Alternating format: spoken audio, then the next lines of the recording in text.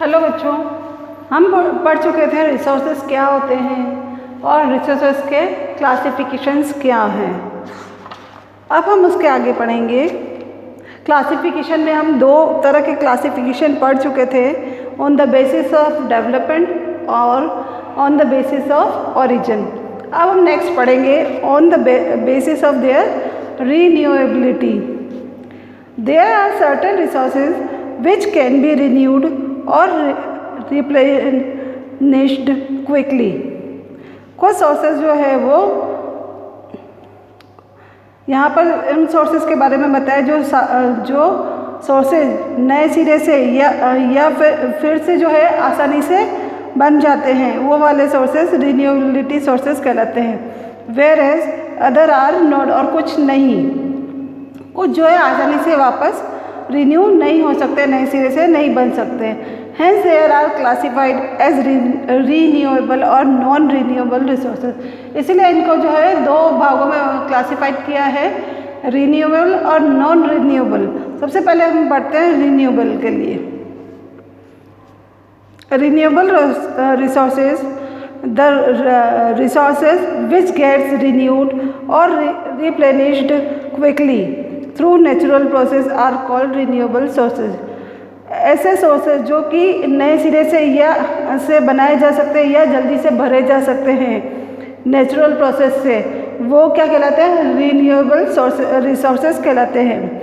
Some of these resources are unlimited in nature and cannot be affected by human activity. उसमें से कुछ resources जो है वो नेचर में अनलिमिटेड है और उस जो ह्यूमन एक्टिविटी के कारण जो है वो अफेक्टेड नहीं होते हैं। जैसे एग्जाम्पल जो है solar energy, wind energy, tidal energy.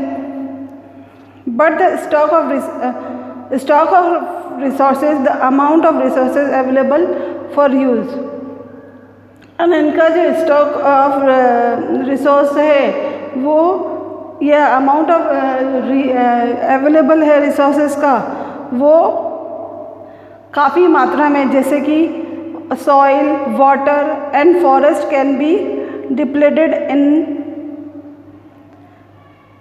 If we use them carelessly और रेकलेसली। अगर हम लापरवाही से इन चीज़ों को यूज़ किए जाए तो ये जो है डिप्लेट हो जाएगी, जो उनको क्षति होगी। Similarly all the water is an unlimited resources. ऐसे ही जो वाटर है, पानी है, वो भी अनलिमिटेड रिसोर्सेज है। But with the shortage and drying up of water due to over use, pollution of water and misuse of water bodies. पर पानी की जो है शॉर्टेज, यह जो पानी सूख जाता है वो किससे होगा? या तो उसको ओवर यूज़ यानी कि ज़्यादा यूज़ किया जाए, वाटर का पॉल्यूशन हो, या फिर वाटर बॉडीज़ का जो है मिसयूज़ हो, उससे भी जो है पानी की शॉर्टेज हो सकती है। It might become a square resource in future, और फिर जो है फ्यूचर में जो है इनकी कमी आती जाएगी। अब है non renewable resources. These are resources which have a limited stocks, and once they get exhausted, it takes thousands of years to be renewed or replenished. ये वाले जो रिसोर्सेज हैं उनको, ये वो रिसोर्सेज हैं जो कि इनका स्टॉक जो है लिमिटेड है, और ये एक बार जो अगर ये ख़त्म हो जाते हैं, एग्जॉस्ट हो जाते हैं, तो इनको जो वापस रिन्यू या रिप्लेनिश जो है वापस जल्दी से बनने में उनको टाइम लगता है, और ये टाइम जो है हो सकता है कि थाउजेंड्स ऑफ ईयर्स भी ले सकते हैं, हजारों साल भी लग सकते हैं। This resources can be renewed with in the life span of human being. और इस तरह के रिसोर्सेज जो है रिन्यू होने में पूरा जो इंसानों का जीवन काल भी ख़त्म हो जाता है। So once exhausted they can not be renewed soon. तो ये एक बार ख़त्म हो जाते हैं तो ये वापस रिन्यू जो है वो जल्दी नहीं होते हैं। इसके एग्जांपल्स है कोल, पेट्रोलियम और नेचुरल गैस। फिर नेक्स्ट पढ़ेंगे on the basis of there distribution. Distribution के आधार पे जो है रिसोर्सेज कौन कौन से हैं। There are some natural resources which are found everywhere. कुछ नेचुरल रिसोर्सेज जो होते हैं वो हर जगह पे पाए जाते हैं, while some are found in particular area, और कुछ जो है पर्टिकुलर एरिया में पाए जाते हैं। Hence they can be classified as localised ubiquitous resources respectively, और उनको जो क्लासीफाइड किया है किसमें, लोकलिस्ट और यूबिक्विटस रिसोर्सेज के नाम से उनको क्लासीफाई किया है। अब इसमें localised resources, this resources are found in a specific region, इस तरह के रिसोर्सेज जो है वो किसी स्पेसिफिक रीजन में पाए जाते हैं, such as mineral and oil, जैसे कि मिनरल और ऑयल जो है वो किसी स्पेशल जगह पे ही पाए जाते हैं, हर जगह पर नहीं पाए जाते हैं। Their distribution depend on various physical factors such as climate, terrain, altitude, और इनका जो डिस्ट्रीब्यूशन है वो अलग अलग जो फिजिकल फैक्टर्स हैं जैसे कि मौसम है, तराई है और एल्टीट्यूड है, तो उस पर निर्भर करता है। इसके एग्जांपल है mineral such as coal and iron are found in Bihar और उड़ीसा, जैसे मिनरल्स जो कोल और आयरन है वो केवल बिहार और उड़ीसा में मिलता है, वहाँ पे पाया जाता है। Ubiquitous resources, these resources are found everywhere on the earth surface, earth surface पे इस तरह का जो रिसोर्सेज है वो अर्थ सरफेस पे हर जगह पर मिलते हैं। इसके एग्जांपल है air, water, sunlight etcetera. Human made resources, the natural resources become useful resources when their original forms have been changed। Human जो नेचुरल रिसोर्सेज जो है वो बहुत ही यूज़फुल रिसोर्सेज है, और जो and their original forms have B change, और उनकी जो ओरिजिनल फॉर्म जो है वो चेंज होती रहती है। ऑल द नेचुरल सब्सटेंस, सारे जो नेचुरल सब्सटेंस है वो become a resources when human being change their original form with the help of their skill and technology. Human being जो इंसान है वो अपनी स्किल और टेक्नोलॉजी से उनमें अगर चेंजेस करता है, उनकी जो ओरिजिनल फॉर्म में चेंजेस करता है, तो वो भी एक रिसोर्सेज कहलाएंगे। एग्जांपल के लिए आयरन ओर, आयरन की जो डस्ट होती है वो आयरन ओर कहलाती है। In its natural form was not a resources until and unless man learn to extract iron from it. Iron और जो है वो एक नेचुरल फॉर्म नहीं है जब तक कि,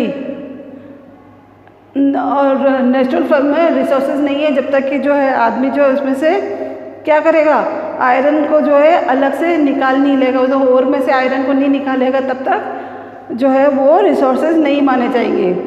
the technology developed and used by human to do so is a human made resource. और इस तरह की जो टेक्नोलॉजी है जिसे कि ह्यूमन के द्वारा किया जाता है, रिसोर्सेज को यूज़ किया जाता है, वो ह्यूमन मेड रिसोर्सेज कहलाते हैं। अब है human resources. The most important and relevant resources is human made. सबसे इम्पोर्टेंट और रिलेवेंट जो है वो इंसान खुद है resources. It is the human being who use their skill, knowledge, technology and labour to utilise a resource. अब जो ह्यूमन बीइंग जो है वो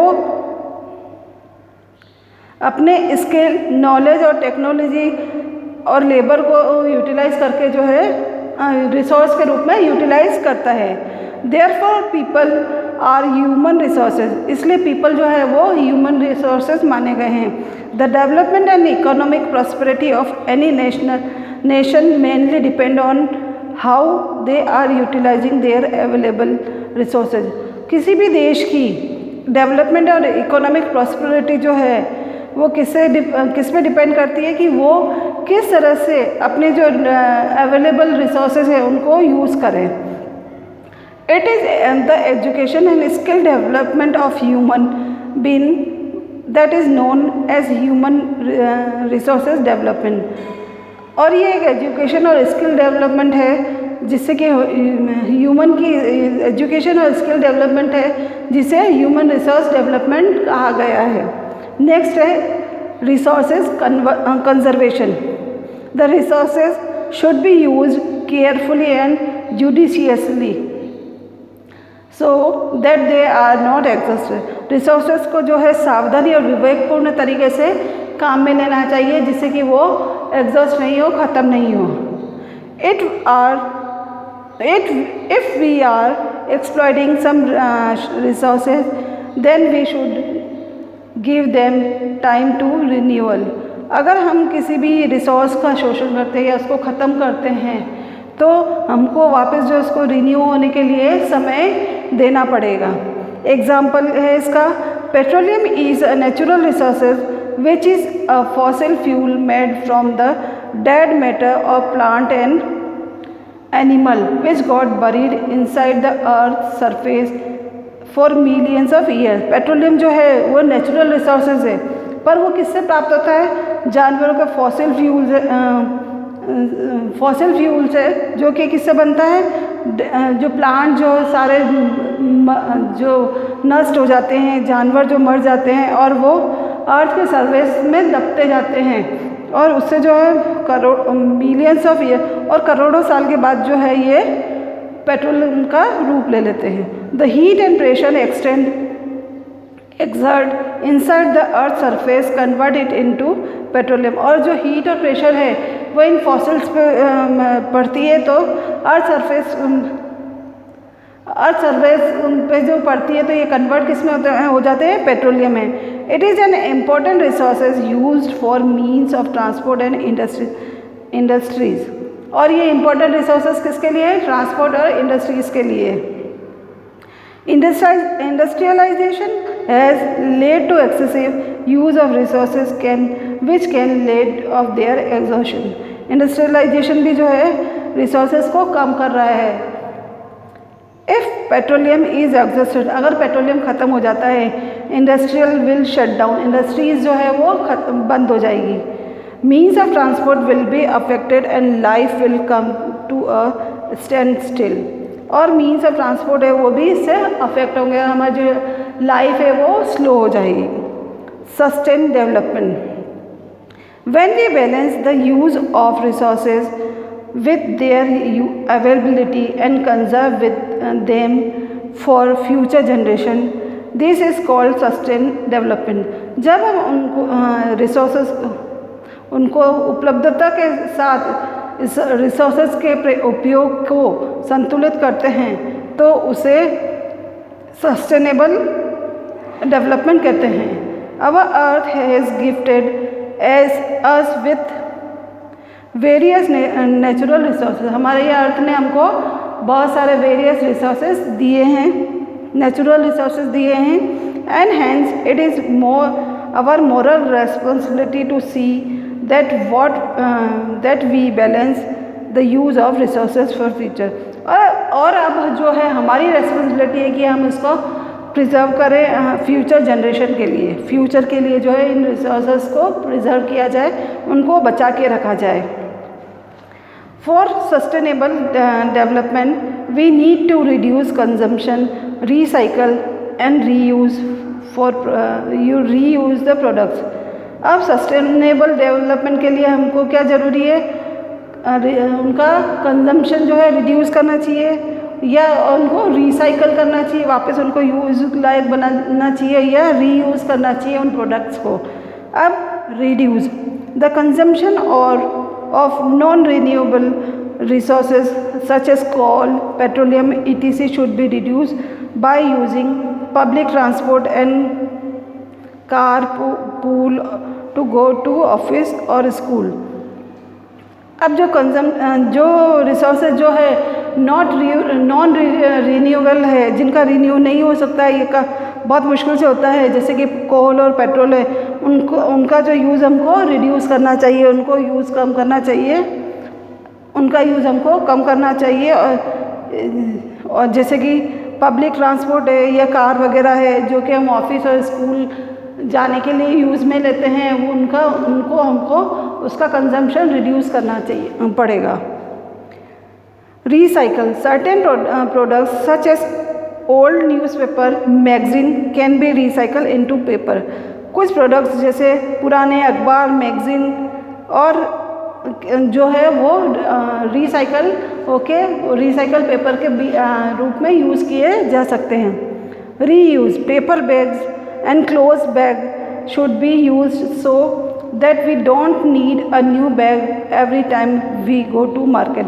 पेपर बैग है, क्लोथ्स बैग है, ये जो है उनको यूज़ करना चाहिए जिससे कि हमको जो है हर बार बाज़ार जाने के लिए नए बैग की आवश्यकता नहीं पड़े। Thank you.